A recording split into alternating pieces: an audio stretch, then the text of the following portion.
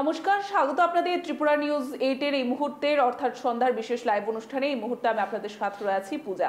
এই মুহূর্তে যে বিষয়টিকে নিয়ে বা সন্ধ্যায় আমরা যে বিষয়টিকে নিয়ে আলোচনা করতে চলেছি সেটা অনেকটাই জরুরি। রাজ্যের জনগণের জন্য, প্রত্যেকের জন্য আমাদের জানাটা অনেকটাই জরুরি এবং এই বিষয়ে দৃষ্টি আকর্ষণ করা রাজ্য সরকার থেকে শুরু করে প্রশাসনিক আধিকারিক প্রত্যেকের জন্যই অনেকটা জরুরি রয়েছে। কেননা আজকের দিনে যেহেতু রাজ্যের বুকে এমন কিছু ঘটনা সংঘটিত হচ্ছে যাতে করে বলাই যেতে পারে যে নিরাপত্তার একটা বড় প্রশ্ন উঠে দাঁড়িয়েছে। রাজ্যের যারা সাধারণ জনগণেরা রয়েছে তারা বলাই যেতে পারে আজকের দিনে ভীত রয়েছে, বা বলাই যেতে পারে আজকের দিনে নিজেদের নিরাপত্তাকে নিয়ে অনিশ্চয়তায় রয়েছে। কেন আমরা এই বিষয়গুলি বলছি? আজ থেকে দুদিন পূর্বে অর্থাৎ গত পরশু এমন একটি ঘটনা গোটা রাজ্যবাসী সাক্ষী রয়েছে। সেই ঘটনা সোশ্যাল মিডিয়া থেকে শুরু করে প্রত্যেকের সামাজিক মাধ্যমে এমনভাবে ছড়িয়ে যায় যা বলাই যেতে পারে রীতিমতো ভাইরাসের মতো ছড়িয়ে যায়। কেন, কি কারণে? কেননা এমনই একটি ঘটনা উঠে এসেছে যা অনেকটাই ন্যাক্কারজনক এবং সেখানে প্রশাসনিক আধিকারিকরা উপস্থিত ছিলেন, অর্থাৎ টিএসআর দুজন সেখানে উপস্থিত থাকতে দেখা যায়। সেই ফুটেজ প্রত্যেকের কাছে ভাইরাল হয়ে যায় রীতিমতো ভাইরাসের মতো, এবং সেই ফুটেজে দুজন প্রশাসনিক আধিকারিককে দেখা যায় এবং তাদের ভূমিকায় নানান প্রশ্ন উঠতে শুরু করেছিল। কেন আজকে এই বিষয়টাকে নিয়ে আমরা আলোচনা করছি? কেননা ছড়িঘাতে আহত হওয়া সেই মেলার মাঠের যে মোবাইল ব্যবসায়ী হরিশঙ্কর সাহার মৃত্যু হয়েছে ইতিমধ্যে, এবং তাকে ঘিরে এখন এই বিষয়টাকে নিয়ে আলোচনা করাটা অনেকটাই জরুরি। কেননা কিছুক্ষণের মধ্যে বা বলাই যেতে পারে যে পরিবেশ অনেকটা চাঞ্চল্যকর হয়ে উঠতে পারে। কেননা আমাদের রাজ্যে বেশ কয়েকটা ঘটনা আমরা ইতিমধ্যে দেখতে পেয়েছি যে একটি মৃত্যুকে ঘিরে কিভাবে চাঞ্চল্যকর পরিস্থিতির সৃষ্টি হয়। যদি আমরা প্রথমত বলি যে ঘটনা আমরা গন্ডাছড়ায় দেখতে পেয়েছিলাম, ঠিক একই রূপ একটি মৃত্যুকে কেন্দ্র করে বা বলাই যেতে পারে যে ইতিহাসের পুনরাবৃত্তি। একটি মৃত্যুকে কেন্দ্র করে আমরা দেখতে পেয়েছিলাম সেখানে কি ধরনের অগ্নিগর্ভ পরিস্থিতির সৃষ্টি হয়েছিল বাঙালি পরিবারদের উপর। যে জনজাতি বা উপজাতি পরিবারগুলির যে একটা ক্ষোভ বা রোষ কিভাবে বিস্তার করেছিল, সে জায়গা সে পরিবেশকে কিভাবে ধ্বংস করে দিয়েছিল, বা বলাই যেতে পারে যে সেখানে যারা বাঙালি পরিবারগুলো ছিল সেগুলি কিভাবে সেখানে ভয়াবহ অবস্থায় কিছুদিন দিন গুজরান করেন। এখনো তারা স্বাভাবিক পরিস্থিতিতে ফিরে যেতে পারেনি, কেননা প্রত্যেকের বাড়ি ঘরে লোটপাট থেকে শুরু করে একেবারে অগ্নিগর্ভ পরিস্থিতি ছিল গন্ডাছড়ায়। তার সাক্ষী ছিলাম আমরা রাজ্যবাসীরা। তার পরবর্তীতে আর যদি আমরা আজকের একটি ঘটনা তুলে ধরি, যে আজ থেকে একদিন পূর্বে বা সেখানে সাবরুম মনুবাজারে বলাই যেতে পারে একজন রাবার চুরির অভিযোগে একজনকে গ্রেফতার করা হয়েছিল, এবং তার নাম যদি আমরা ব্যাখ্যা করার চেষ্টা করি বা আপনাদের সামনে তুলে ধরার চেষ্টা করি, সেই যে লোকটি ছিল অর্থাৎ সেখানে যে ঘটনাটি ঘটেছিল সে বিষয়টা যদি আমরা আপনাদের সামনে ব্যাখ্যা করার চেষ্টা করি এবং সেই ঘটনায় আমরা আপনাদের সামনে তুলে ধরার চেষ্টা করব। আজকে মনুবাজারের যে ঘটনাটি ঘটে সেখানে যে মৃতের নাম ছিল সেই মৃতের নাম হচ্ছে বাদল ত্রিপুরা, এবং আমরা যতটুকু জানি সেই মৃত অর্থাৎ মনুবাজারে তাকে বাদল ত্রিপুরাকে রীতিমতো রাবার চুরির অভিযোগে গ্রেফতার করে নিয়ে যাওয়া হয়েছিল এবং থানায় তাকে বেধড়ক মারধর করা হয়, এবং বেধড়ক মারধর করার পর তার পরিস্থিতি এতটাই খারাপ হয়ে যায় যে তাকে হাসপাতালে নিয়ে এডমিট করাতে হয়। চিকিৎসা চলছিল এমনটাই বলা হয়, এবং চিকিৎসাধীন অবস্থায় তার মৃত্যু হয়। তাকে মৃত বলে ঘোষণা করে দেওয়া হয়, এবং এই ধরনের অস্বাভাবিক মৃত্যুকে ঘিরে তার পরিবার থেকে শুরু করে কালাঢেপা যে এলাকা রয়েছে সেখানকার জনগণ তা মানতে একেবারেই নারাজ, এবং তার পরবর্তীতে একেবারে অগ্নিগর্ভ পরিস্থিতি। আজ সকাল থেকে আমরা যদি বলি সাবরুম মনুবাজার এলাকায় কি হয়েছে, সেখানে রীতিমতো জনরোষ দেখা যায়, বা রীতিমতো প্রত্যেকে এসে থানা ঘেরাও করে।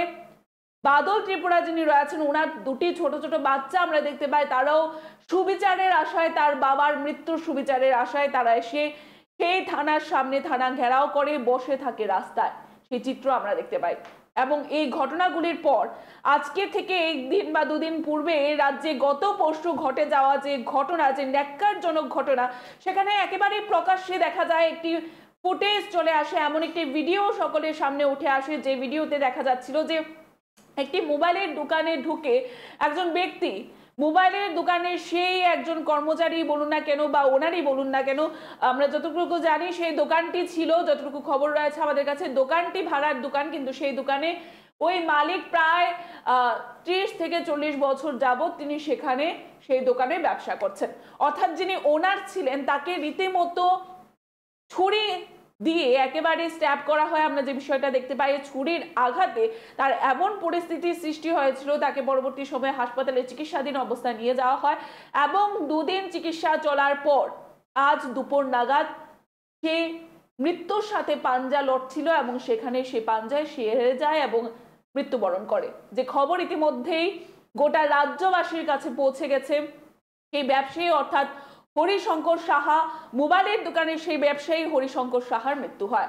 যতটুকু জানা যায়, সন্ধ্যা রাতে মেলার মাঠ মোবাইল দোকানে ঢুকে মালিককে ছুরি দিয়ে আঘাত করেছিলেন এক যুবক এবং আহত মালিক বর্তমানে চিকিৎসাধীন অবস্থায় সেখানে ছিলেন জিবি হাসপাতালে এবং আজ দুপুরে সেই ব্যক্তি, বলাই যেতে পারে সে ব্যক্তি মৃত্যু হয়। এবারে যে ব্যক্তি, অন্যদিকে যে ব্যক্তি ছুরির আঘাত করেছিলেন তাকেও সেখানকার যে জনতারা ছিলেন, পাবলিক উপস্থিত যারা পাবলিক ছিলেন, সেখানকার সাধারণ জনগণ, তাদের হাতে আক্রান্তিত হয়েও সেও চিকিৎসাধীন অবস্থায় রয়েছে হাসপাতালে যতটুকু জানা যায়। কিন্তু এই যে গোটা ঘটনা, সেই গোটা ঘটনা রীতিমতো টাকার বা অর্থের একটি লেনদেনকে ঘিরে বলাই যেতে পারে। কিন্তু প্রশ্ন হচ্ছে কোন জায়গায়, আমরা দৃষ্টি আকর্ষণ করার চেষ্টা করব আপনাদের কোন জায়গায়, সেই জায়গাটি হচ্ছে যে রাজ্যে যে ঘটনাটি যখন ঘটছিল তখন সেই ঘটনা ঘটার সময় সেই জায়গায় সেই উপস্থিত স্থলে উপস্থিত ছিলেন 2জন টিএসআর এর বাহিনী বা বলা যেতে পারে 2জন টিএসআর এর আধিকারিক বা কর্মী। টিএসআর এর কর্মীরা উপস্থিত ছিলেন। স্ট্যাব করার সময় তাদেরকে পাশে থেকে বলতে শোনা যায়, হয়েছে হয়েছে বলে তারা যে স্ট্যাব করছিল তার যখন স্ট্যাব করা শেষ হয়ে যায় তাকে সাইডে নিয়ে যায়। তবে সেখানে উপস্থিত থেকে কেন তখন উপযুক্ত ভূমিকা পালন করেনি টিএসআর 2জন কর্মী, সেটাই থাকছে বড় প্রশ্ন।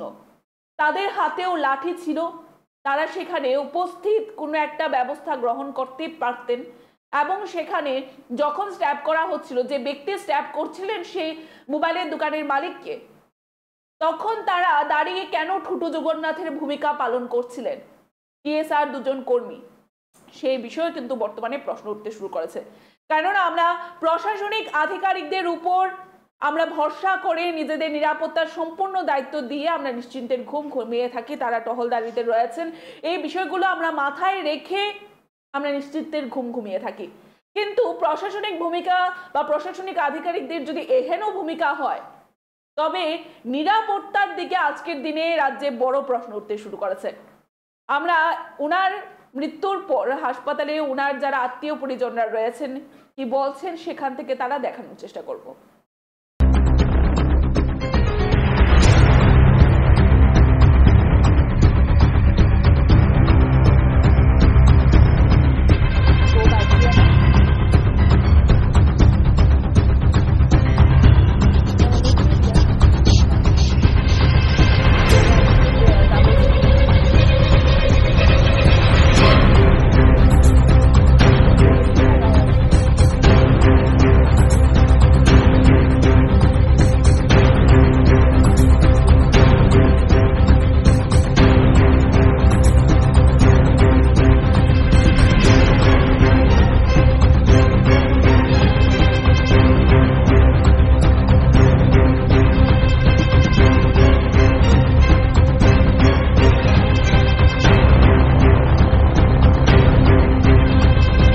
রয়েছে ওনার যে মেলা মাঠে ঘটনা, অ্যাকচুয়ালি এখন ডাক্তার যেটা রিপোর্ট দিছে যে হরিশঙ্কর বাবু নাকি অ্যাকচুয়ালি গত হয়ে গেছে নাকি, এখনের রিপোর্ট।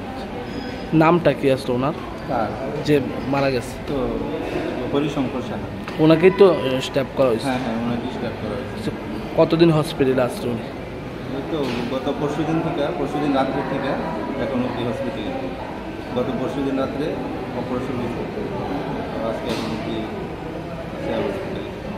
দোকানটা কি ওনার নিজেরই আসলো? মোবাইলের দোকানটা ভাড়া দোকান, কিন্তু বিগত প্রায় 50 বছর ধরে এখানে উনি আছেন। মানে আসলে মূল বিষয়টা কি হয়েছিল, মানে কি কারণে ওনাকে এত এনজিও করা হলো? মূল বিষয়টা তো অ্যাকচুয়ালি এখনও মানে কেস তো করা হয়েছে, তো কেসের সবটার বিষয় ব্যাপারে আমার বেসিক আইডিয়াটা নাই, কিন্তু মূল বিষয় অ্যাকচুয়ালি লেনদেন নিয়েই হয়তো পারে।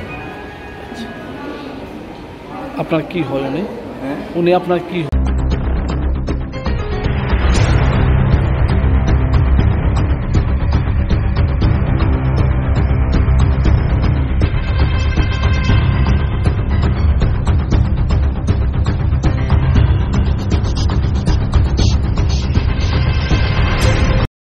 আপনারা দেখতেই পেলেন, আমরা দেখানোর চেষ্টা করেছি সেখানকার যে চিত্র ছিল, বা অর্থাৎ সেই হাসপাতালের মৃত্যুর পর প্রশাসনিক আধিকারিকরা এখন এসে উপস্থিত হয়, বা সেখানকার যে চিত্র, কেননা আজকের দিনে বলাই যেতে পারে আমরা বিভিন্ন জায়গায় মৃত্যুর ঘটনাকে কেন্দ্র করে অনেকটা অগ্নিগর্ভ পরিস্থিতি হওয়ার যে চিত্র আমরা ইতিমধ্যেই দেখে এসেছি।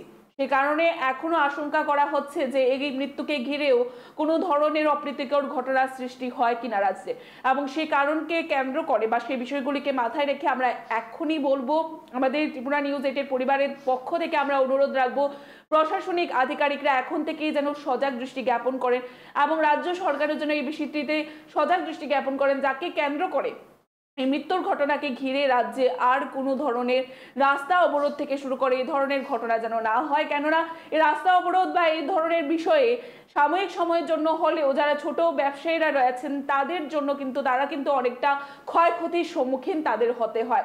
সেই বিষয়টা যেন না হয় রাজ্যে, রাজ্য সরকার থেকে শুরু করে প্রশাসনিক আধিকারিকদের আমরা এই দৃষ্টি আকর্ষণ করতে চাইবো এই বিষয়ে, এবং অতি সত্বর কোনো ব্যবস্থা গ্রহণ করে রাজ্যে যেন শান্তি শৃঙ্খলার পরিবেশ বজায় রাখা হয় সেই বিষয়টিতে আমরা নজর জ্ঞাপন করার জন্য অনুরোধ রাখবো। এবং এই মুহূর্তে আমরা এই বিষয়টিকে তুলে ধরার চেষ্টা করেছি, কেননা প্রত্যেকেরই জানার আগ্রহ ছিল যে এই গোটা ঘটনা যখন ভাইরাল হয়ে যায় সামাজিক মাধ্যমে তার পরবর্তীতে কি হয়। তার পরবর্তীতে অবশ্যই মোবাইল ব্যবসায়ী যিনি রয়েছেন তিনি আজ দুপুরে উনি মারা যান এবং অপরজন চিকিৎসাধীন অবস্থায় এখনো হাসপাতালে রয়েছে। এতটুকু আপডেট দিয়ে আমরা পরবর্তী বিভিন্ন আপডেট দেখতে অবশ্যই আপনারা চোখ রাখবেন ত্রিপুরা নিউজ 8 এর পর্দায়। এখনকার মতো আমাদের সংবাদ আমরা এখানেই শেষ করছি। নমস্কার।